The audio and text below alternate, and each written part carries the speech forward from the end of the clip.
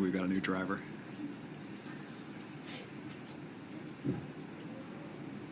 You good? Okay. Thanks very much, everybody, for joining us this afternoon. We're on the territory of the Squamish, Musqueam, and Tsleil-Waututh people. I'm joined by my colleagues in Cabinet here this morning. We've got Minister Mike Farnworth, Minister of Public Safety, Minister Adrian Dix, the Minister of Health, and the Minister of Mental Health and Addiction, Jennifer Whiteside.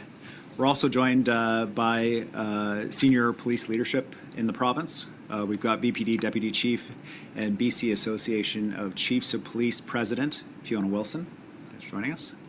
Superintendent Wendy Mehat, Treasurer of the BC Association of Chiefs of Police and Ridge Meadows RCMP Superintendent. And Deputy Chief Tom Wolf von Gutenberg, West Vancouver Police Department and President of the BC Association of Municipal Chiefs of Police. Thank you for joining us here today. This month marks the 8th anniversary of the declaration of a public health crisis here in British Columbia, the toxic drug crisis. Since that time, we've had thousands of lives lost in the province. Brothers and sisters, fathers and mothers, friends, family members. As Premier and as in my previous roles as an elected official, I met with many, many people who have lost loved ones due to this toxic drug crisis. The grief is real, and the search for solutions among those who are left behind, what could we have done differently, where could there have been support, is a search that we're sharing and a sense of urgency that we feel as government as a whole as well. Today I talked with Chief Joe Alphonse, who declared a state of emergency around the impacts of the toxic drug crisis in his community. Whether you're in a big city or in a small community, it doesn't matter. People are profoundly affected by this crisis. There is no question in my mind, having worked with many people struggling with addiction, that addiction is a health issue. It is not a criminal law issue. And that principle is what the entire decriminalization project was about. It was about removing the stigma for people struggling with addiction, preventing them potentially from reaching out to others to ask for help, to go to or to seek out treatment, or to admit that they're struggling for fear of arrest, for fear of a criminal record, for fear of consequences that would last their entire life. Our goal was to save lives, to remove that stigma, and to make sure that people had an opportunity to move forward and rebuild their lives. But that compassion, that concern for people who are struggling, does not mean that anything goes. We still have expectations around safety in public spaces, in the coffee shop, on the bus, in the park, on the beach, in spaces where people gather to celebrate, in businesses where small business owners are trying to earn a living. The drugs that we're seeing in our communities are more dangerous and more deadly than ever before. People have transitioned from injecting drugs to inhaling drugs. The impacts are very real on communities. Illicit drugs and hard drugs should not be used where kids are playing, where patients are recovering, where community life is lived. You will know that as a provincial government, to establish these guidelines, to set these firm but fair restrictions around where and when people should be engaging in hard drug use, were brought into the legislature in a bill that passed with the support of the Legislative Assembly and was taken to court, and an injunction put in place that prevented us from bringing it into force. This was obviously a challenging and a frustrating moment, and I want to assure people that that is not the end of the story. We hear you. We know that action needs to be taken on these issues. The resolution of that court issue is potentially more than a year down the road, and we cannot afford to wait. We need to act now. So today I'm here to announce that we are taking the steps that have been asked for by police, that have been asked for by members of the public, and that they deserve to ensure that police have the tools in place to be able to address issues of street disorder, of public drug use, and to ensure the safety of people across the community, including those who use drugs. We today have made a formal request to Health Canada to amend the exemption to the Controlled Drugs and Substances Act, which will give the police the tools they need to enforce the law anytime someone is using drugs in an inappropriate location and compromising public safety. In short, this amendment will make public drug use illegal in British Columbia. I have talked to the Prime Minister about this. He assures me that the federal government will provide full support to ensure that police have the tools that they need. And this request also includes some exemptions. Drug use will not be banned in private homes, and for those who are sheltering lawfully in a private shelter. It will not be criminalized in overdose prevention sites where medical staff are present to support people. There's no question that criminalizing drug use costs all of us. It costs threats to lives, it costs money for prosecutions, and it doesn't make us safer. But police do need the tools to address extraordinary circumstances where people are compromising public safety through their drug use. In addition to this request to Health Canada, we're here today to share that we are also addressing the disturbing stories that British Columbians have heard about drug use in our hospitals. We will not tolerate the safety of health professionals or patients in our hospitals being compromised. Now, it's important to recognize that a number of patients in our hospitals go there struggling with serious addiction issues. They need health care just like everybody else. But again, this does not mean that we compromise the safety of health professionals or other patients in the hospital. Minister Dix will share the details of our action plan to address this issue, which includes no tolerance for illicit drugs in hospital outside of designated, medically supervised addiction treatment areas. In addition to these two components, we're also expanding resources for people who are struggling with addiction to help them rebuild their lives and exit from addiction. The first is we will be working to establish a virtual clinic option for what's called opioid agonist therapy. This is methadone, Suboxone, treatment drugs that assist people in dealing with the pain of withdrawal without having to use illicit street drugs. This virtual clinic will be available in every corner of the province and accessible to people through pharmacies to lower the barriers for people in smaller communities to be able to access treatment. In addition, the province funded Dr. Julio Montaner's Hope to Health Clinic in the downtown east side. This is a clinic serving about 1,000 patients in the downtown east side with serious addiction, mental health, and brain injury challenges. Dr. Montaner and his team have been tracking the outcomes and are showing remarkable impacts in improving the quality of lives of the people using the clinic and reducing the impact that those folks have had on the broader community through ambulance, emergency room visits, and police encounters. Today we're announcing an expansion of Dr. Montaner's Hope to Health clinics across the province of British Columbia. Many of you will know Dr. Montaner through his work in addressing the HIV/AIDS crisis in British Columbia. He is an internationally recognized doctor in this area. This announcement today builds on our work across the province to expand treatment and build out our treatment network. 600 publicly funded treatment beds, 49 community counseling agencies supported, in addition to the Road to Recovery model at St. Paul's Hospital, which we hope to bring province-wide. We know that there's more to do. We know that we need to do everything we can to keep people alive, to get them into treatment, to help them rebuild their lives.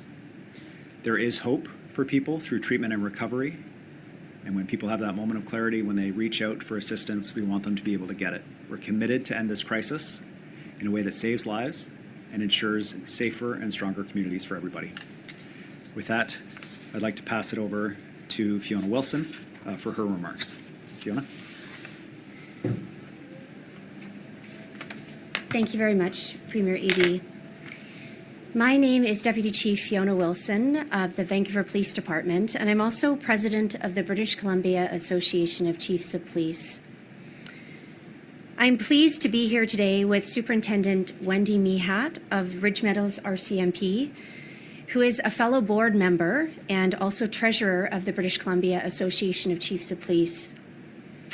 I'm also pleased to be here with Deputy Chief Tom Wolf von Gutenberg of the West Vancouver Police Department, who is President of our British Columbia Association of Municipal Chiefs of Police, along with all of our partners from the province.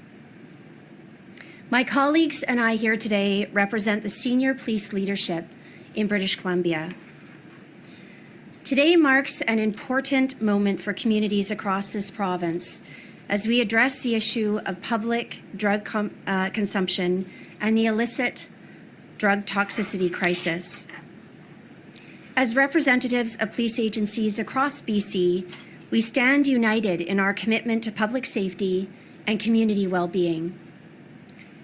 We have always said that for decriminalization to succeed, it has to be part of a broader strategy to address the tragic consequences of the drug crisis that has killed far too many British Columbians.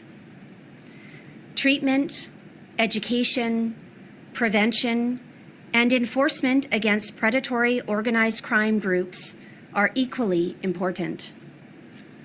We also understand that addiction is a complex issue that requires a compassionate and multifaceted approach, which is why we adopted a progressive approach to the decriminalization pilot. We understand the need to provide support and resources to those who are living with addiction rather than simply resorting to punitive measures. However, since day one, the British Columbia Association of Chiefs of Police has expressed significant concern with the issue of public consumption of illicit drugs. This concern is based on a fundamental belief in the importance of finding a balance between ensuring that people who use drugs are not unnecessarily criminalized, while all members in communities across this province feel safe at the beach, at a bus shelter, in parks, while simply walking down the street, and in places such as restaurants and hospitals.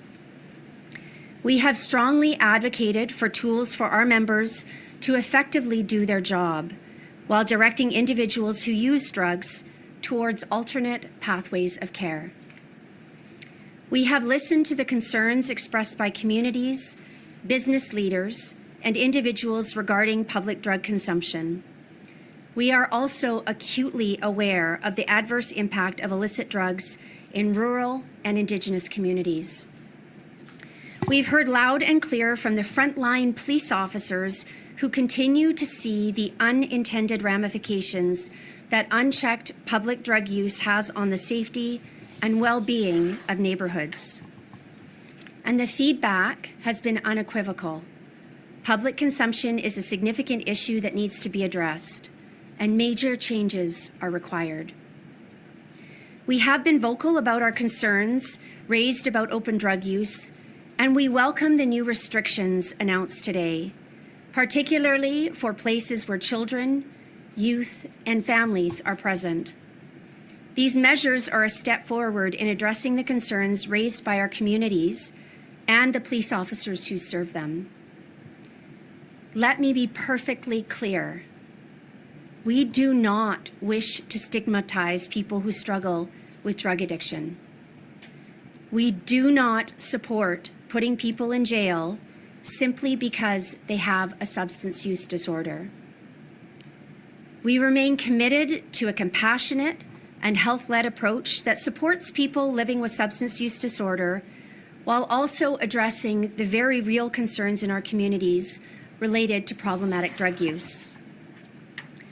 Today's announcement once again provides police in British Columbia with the tools we need to ensure families, businesses, and individuals can rely on us to support them in situations of problematic public consumption in our communities.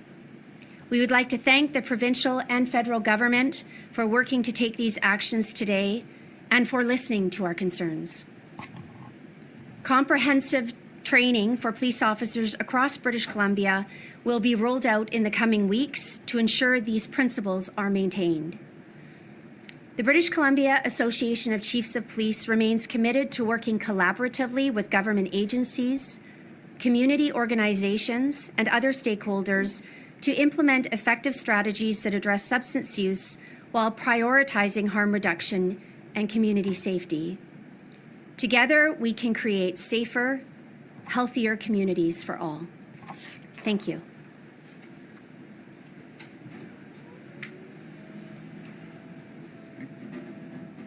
I'd now like to invite Health Minister. Oh, sure. I thought you had notes. I was like, oh, are you speaking? Okay.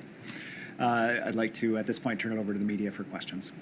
For reporters on the line, please press *1 to enter the queue. When called on, please come off mute so we can hear you properly here in the room. Reporters are limited to one question and one follow-up. We'll start on the phone with a question from Richard Zusman, Global News. This is for the Premier. Premier, is this an admission that decriminalization was a failure in this province? And should you have picked up sooner on these issues raised by municipalities and the police around the way that it was being dealt with here in BC? Well, Richard, I share the concerns that so many British Columbians have about the public drug use that they're seeing in their communities. And it's clear to me that police need the authorities to be able to address this issue, as well as other extraordinary circumstances where someone's safety may be at risk. That should have been in place. It should have been there. And we, I think, lean too heavily on the idea that public intoxication could have been used as a tool. In addition, I'm obviously frustrated that our initial attempt to address this through provincial authorities has been tied up in court for an extended period. When we see this issue in our communities, I just want to assure people that we've heard you. We see those issues too. We want you and your family to be safe in community, and we're giving police the tools that they need to address this issue. And at the same time, our government, the police, and all British Columbians recognize that the people who are struggling with addictions are people that we love. But sometimes tough love is needed, and today's announcement is about establishing those boundaries to make sure that communities are safe and that even more tools are in place to help people rebuild their lives and deal with addiction. Follow-up, Richard? The courts ruled against you once before. Does this end the legislation that was put in place already and approved? And do you believe that you cannot be brought to court for the same reasons on these changes if the federal government, as you expect that they will, puts in place these exemptions? So it obviously wasn't our choice to go to court on our provincial authorities to address public drug use. Or to have them subject to an injunction that prevented us from taking action in communities. That decision was taken by the plaintiffs in that action, and they're going to decide what happens with that court action, but we will defend, we believe, legitimate authorities on the part of the province to regulate drug use, including tobacco and alcohol, as well as hard drugs. For this initiative today, I do certainly think it's possible that we will see another legal challenge to this. However, in order for it to be successful, the court would have to find that the entire Controlled Drugs and Substances Act at the federal level was unconstitutional, and we think it's a very low risk. But there is still a risk, obviously. We believe we have the authorities to regulate provincially. We believe the federal government has the authorities to impose the Controlled Drugs and Substances Act, and we'll defend that if this does happen. Our next question is from Mike Hager, Globe and Mail. Thank you. Premier, can you just tell me when exactly you realized that this ban needed to come into effect? Like when and why? Where were you? What happened? Sorry, Mike, it cut out a little bit. Where I was when I realized the ban wouldn't come into effect? When and why did you realize this had to be done? Where were you? When did it crystallize? I received a briefing from the Attorney General on the state of the litigation around our public use law at the provincial level that indicated that there was no end in sight for the injunction that restricts us from using that law, and that the case itself might drag out for as much as a year.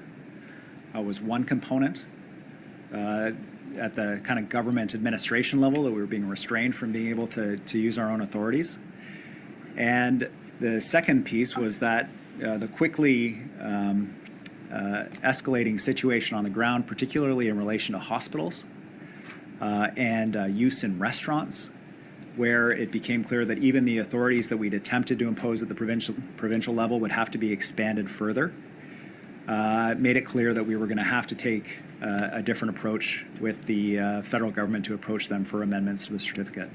It was a combination of an administrative frustration with the court and a reality of a quickly escalating situation on the ground and a growing concern that I share with British Columbians that hospitals, restaurants, communities need to be safe. Follow up, Mike? Thanks.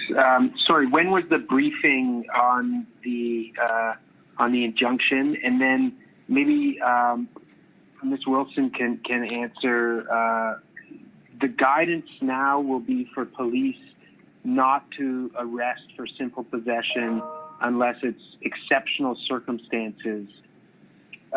6 months from now, what would be an acceptable increase in these arrests in your mind? Like what is palatable for you in terms of now a jump or an increase of people being arrested for simple possession?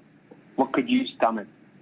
Yeah, I think, Mike, when we look at this, and I'll invite Fiona up to share the police perspective, but the goal is not a certain number of arrests or a certain number of drugs seized or from people struggling with addiction, these kinds of things. The goal is that police have the authority and that everybody in the community knows it, so they don't have to use it.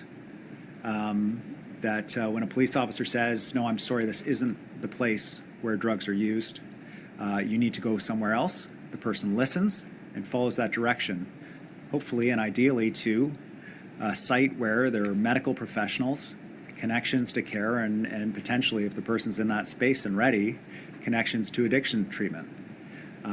That's my preference. And the challenge that we've had, as I understand it from police and community members, is that under the current system, when police say, no, this isn't the proper location and you're causing a lot of concern with where you're using, that they don't have the tool to address that issue. They aren't able to back up that request with the authority that they need. And that's really the component here that I think is so vital and what we hope this will achieve from the government level. Fiona?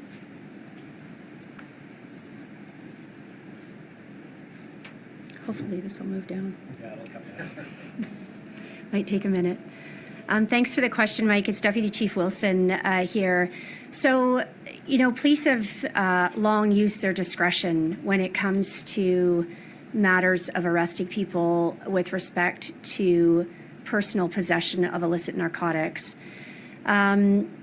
We also follow direction from Crown Counsel that has been in place since 2020 that they will not approve charges in this province for simple possession except in extraordinary circumstances. So as a result, we've actually seen very, very few charges across the province for simple possession in the last number of years, and every year those numbers decline. We also know that people who use drugs, for the most part, go out of their way to avoid situations where they're doing so in front of children, families.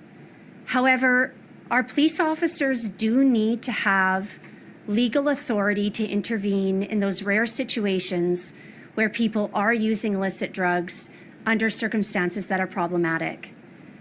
Families need to know that they can go to the beach and not have to tolerate someone sitting next to them ingesting illicit drugs, or go into a Tim Hortons and be confident that they're not going to be subjected to someone using drugs at the table next to them.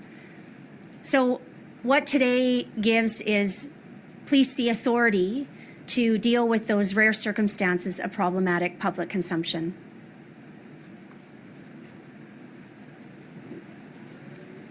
We'll go now to a question in the room from Brenna Owen, Canadian Press. Hi there.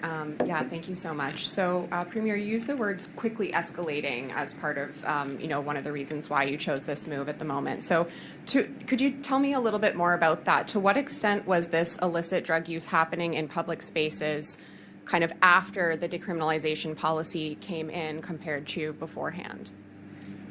So, for me, when you have chief of First Nation like Joe Alphonse declaring a state of emergency for his community, when you have health workers saying we've got an issue in our hospitals, when you have retail and restaurant workers saying we're seeing use even inside like a coffee shop, this is what I'm talking about.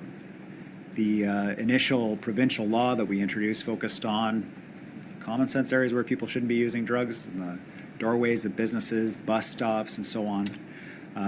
It became apparent that we would not only need to rely on those authorities, but we would need to add additional locations to our provincial law that was tied up in court. So we had to take this additional step of going to the federal government and working with them to use federal authorities and a blanket prohibition on public use, so that we're not moving from location to location in both public and quasi-public locations. Follow up, Brenna? Sure, thank you. To what extent does this represent kind of a reversal of some parts of the policy, if at all? And, in the kind of politicized atmosphere around decriminalization, what's your message for people who, might see this step differently to what you do? Yeah, this is a very significant change on the ground in community in response to a situation that in communities none of us is going to tolerate, which is a situation where people feel unsafe in their parks or going to a local downtown business. We need to, as government, listen to and respond to these concerns when they're brought forward.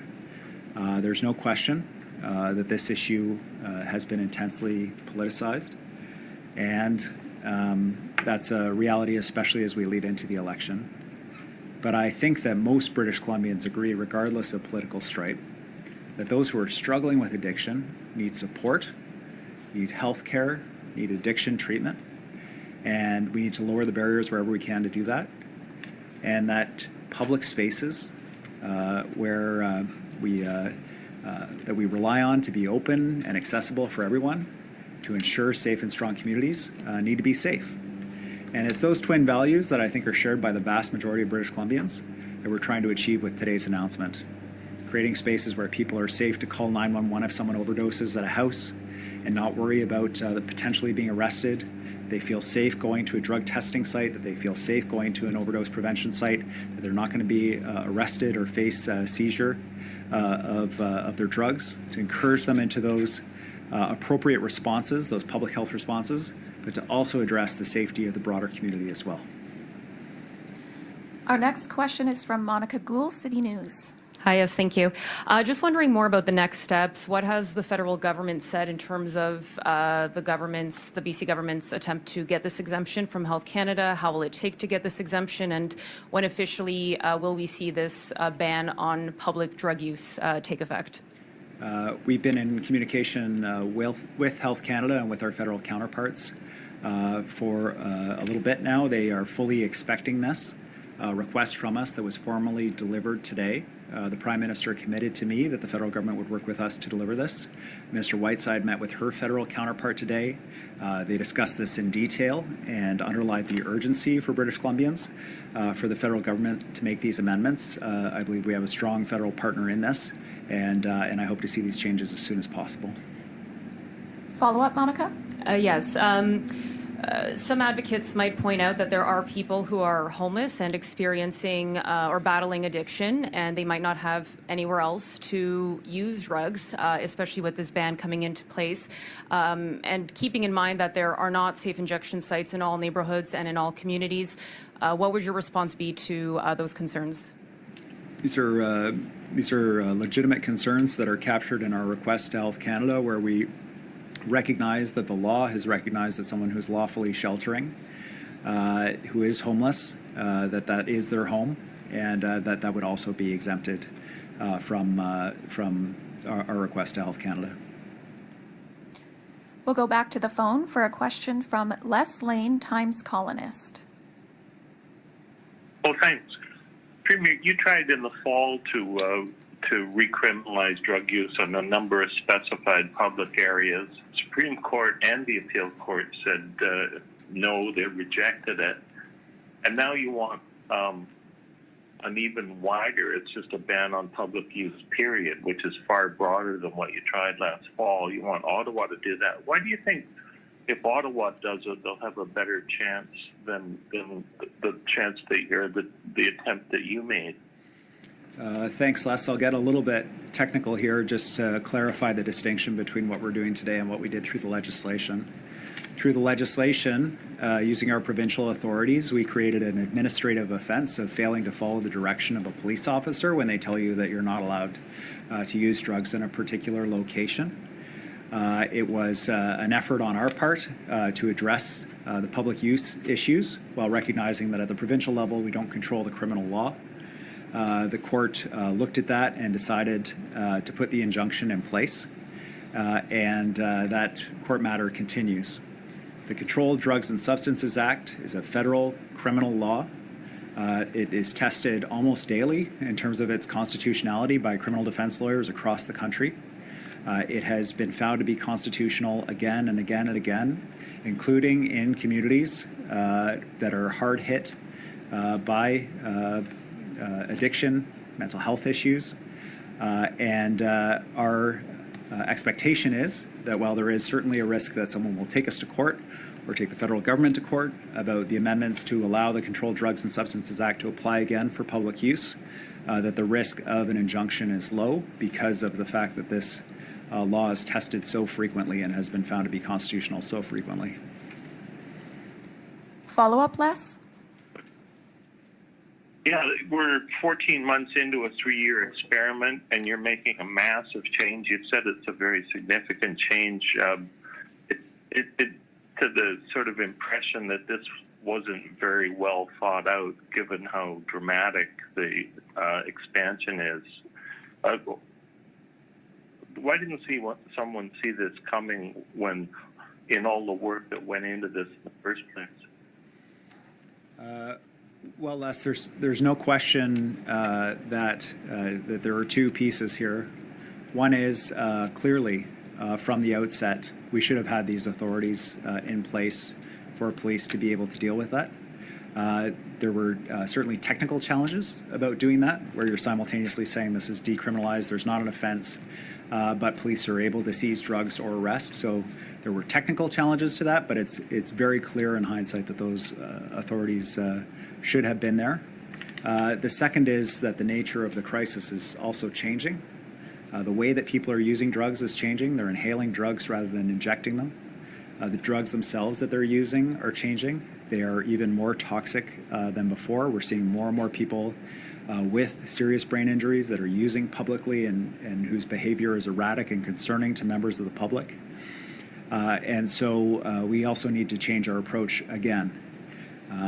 I absolutely accept the critique that we need to do more, that these authorities are needed and have been needed for a while, and we're putting them in place. and we're going to continue to do more to address this crisis because the safety of British Columbians, whether they're struggling with addiction or whether they just want to enjoy a nice day at the park, is our priority. Our next question is from Jason Proctor, CBC.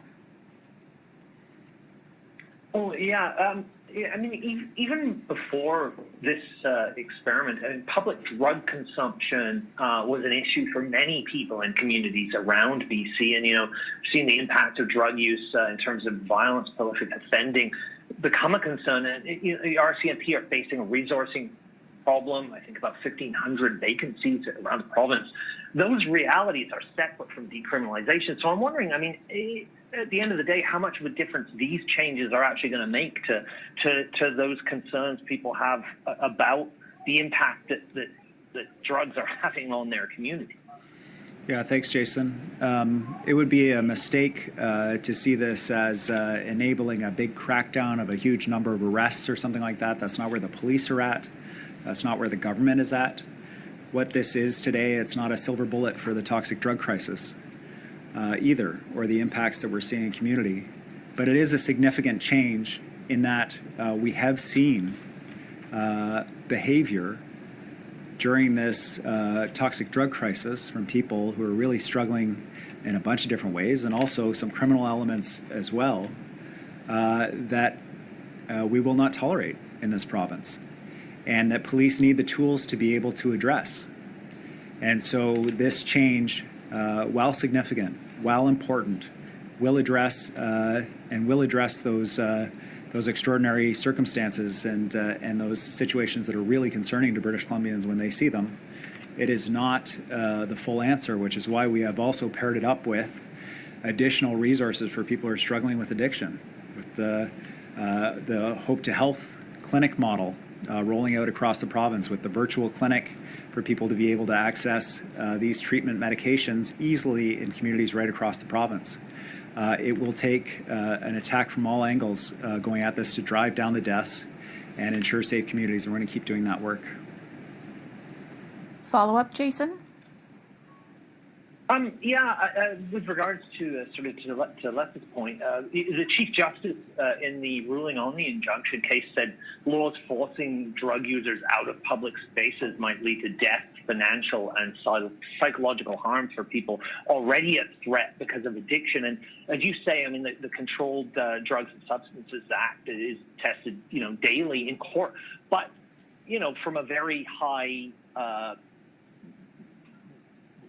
level here in terms of the Chief Justice of British Columbia, to what degree do you fear this has given sort of people who might want to continue this court battle some kind of impetus and grounds, certainly that they can point to take on the act?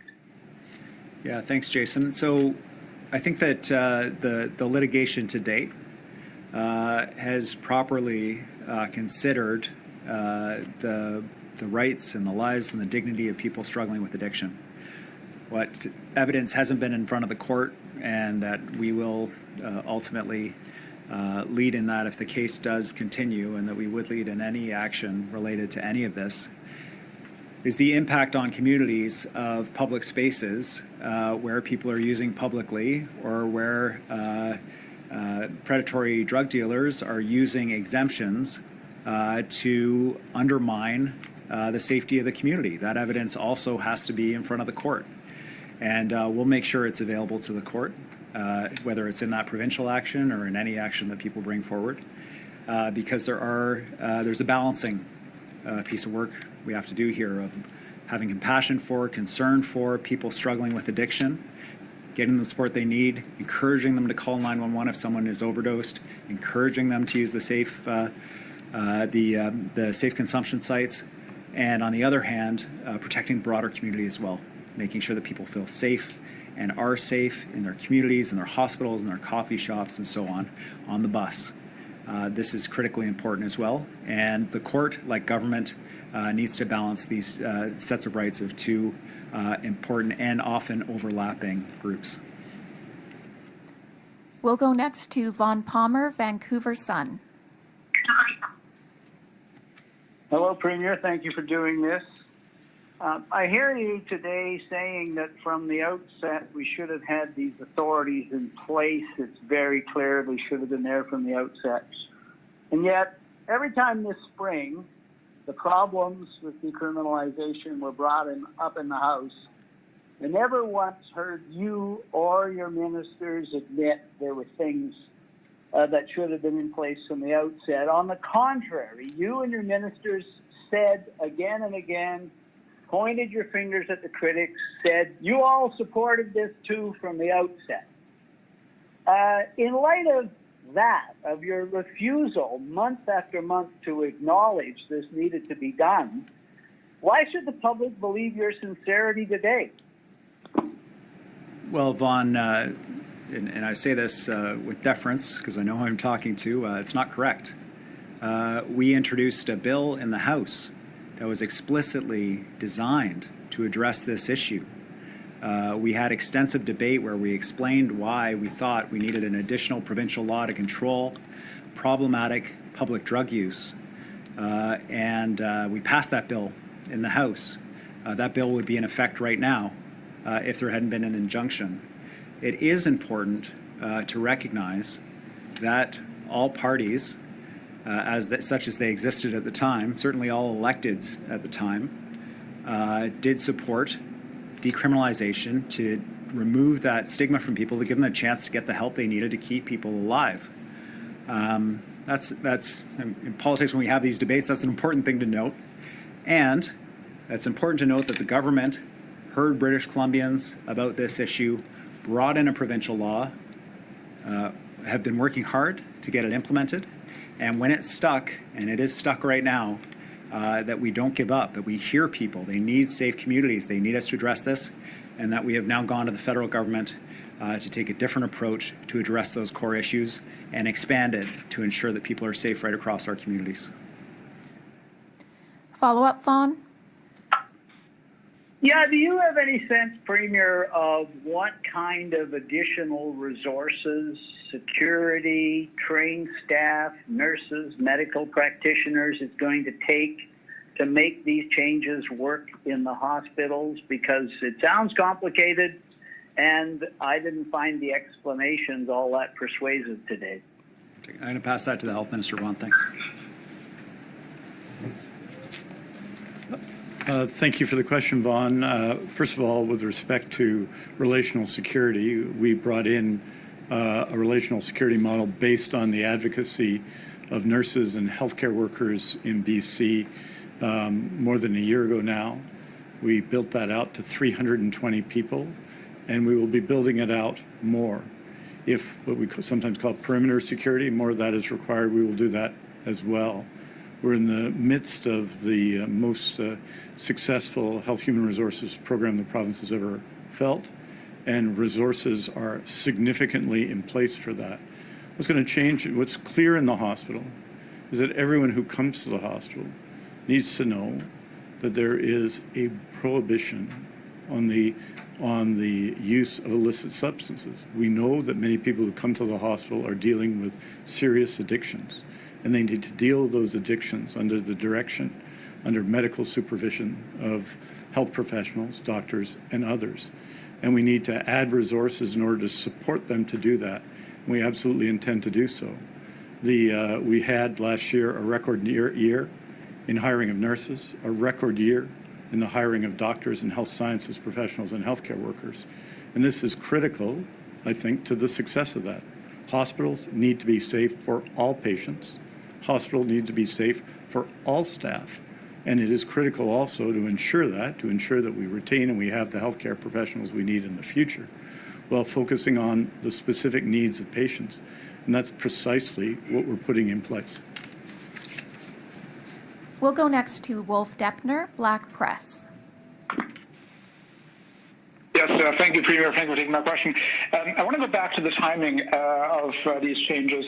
Earlier, you said that you would like to see these changes come into effect as soon as possible.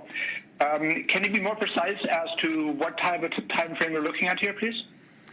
Thanks, Wolf. If I had my preference, these would be in effect today. And frankly, they would have been in effect a while ago. But Health Canada is going to have to do their due diligence on this. We don't have a timeline yet from them, but we have a commitment from them to treat this with urgency and to get these changes into place, to work with us on them.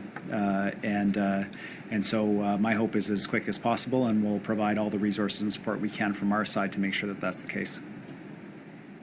Follow-up, Wolf? Yes, thank you.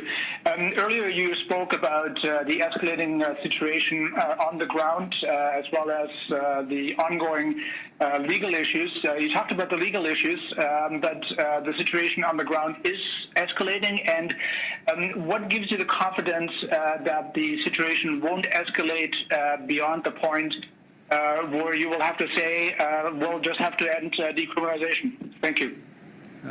Thanks, Wolf. We have twin goals here.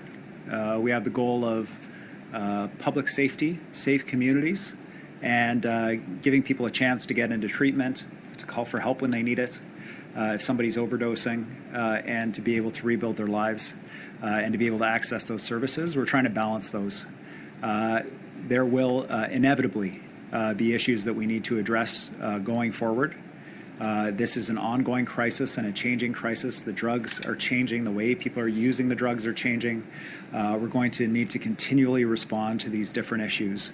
I heard a physician describe to me that the patients themselves that they're dealing with, the complexity of the addiction, the brain injuries, are creating a whole new category of patients that require unique treatment protocols. And so our medical profession, our addiction treatment profession is also having to change to respond. Our commitment to British Columbians is we will address these issues as they arise to ensure as best as possible to care for those struggling and also to ensure safe communities. We have time for one more question from Jason Huyi, Ming Pao. Hi, thank you for taking my questions. My question is, did the government see this public this program when the drug decriminalization program started? If not, why did the government put this ban at the beginning instead of putting it? Thanks. Well, there's no question that police needed these tools to address these issues. There were some significant challenges with it from the earliest days. One is the sort of technical legal challenge of the fact that there's not an offense, so what is the basis of seizing the drugs and arresting somebody? The other was the concern about making sure that we were removing the stigma, that we were reducing the reluctance of people to reach out for help. If we're saying to people that there's a police response needed to addiction, were we communicating a message that there needed to be some stigma here and that they needed to be cautious about coming forward for support? That was the idea behind it.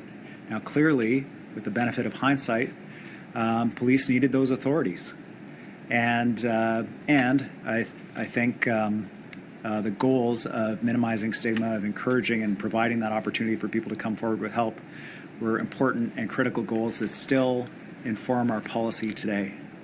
I can tell you personally that having worked ever so briefly as a drug prosecutor, a junior drug prosecutor, when you get the most minor cases, I prosecuted a young Indigenous woman as a federal prosecutor, and it was one of the worst days of my life. In hindsight, the prosecution should never have gone ahead. And my salary was paid for, the defense lawyer's salary was paid for, the sheriff and the judge. Everybody was looked after except for this young woman that was her lawyer put her on the stand and she testified. She was convicted and she was immediately released for time served. She left that courthouse worse after taxpayers paid how much money to prosecute her. And that story stays with me, that day in my life, and my role in that stays with me now and is what we're trying to get away from. We're trying to build trust with people that are struggling. We're trying to get them the supports they need. And I think that also something that can be tough to recognize is that sometimes tough love is needed too. sometimes a difficult message of we need to intervene here, we need to address this issue is needed. And so we're trying to find that balance, and you can see that in today's announcement, and you can also see it in the initial days of this program as well. Follow-up, Jason? Yes, I do. We know that there are not enough safe consumption facilities in every community for the people who need it. After this public drug use ban, there are less cases for people who need to use drugs legally. Would there be any plan from the government to create more drug consumption space, and perhaps that would be in the hospital? Thanks for the question. There's more than 50 safe consumption sites across the province. I think one of the issues that we do face for some of those sites is they don't have support around inhaling drugs, which is how a number of people are using drugs now. We're going to have a look at that. But our priority and our focus is on increasing availability of treatment, of detox, of interventions to support getting people a chance to rebuild their lives, and that will remain our focus going forward. It's vital that wherever people are in the province, that they know how to access help, and that help is available for them, which is why one of the key parts of today's announcement is that virtual clinic that will support people right across British Columbia. That concludes today's event. Thanks, everyone. Thanks very much.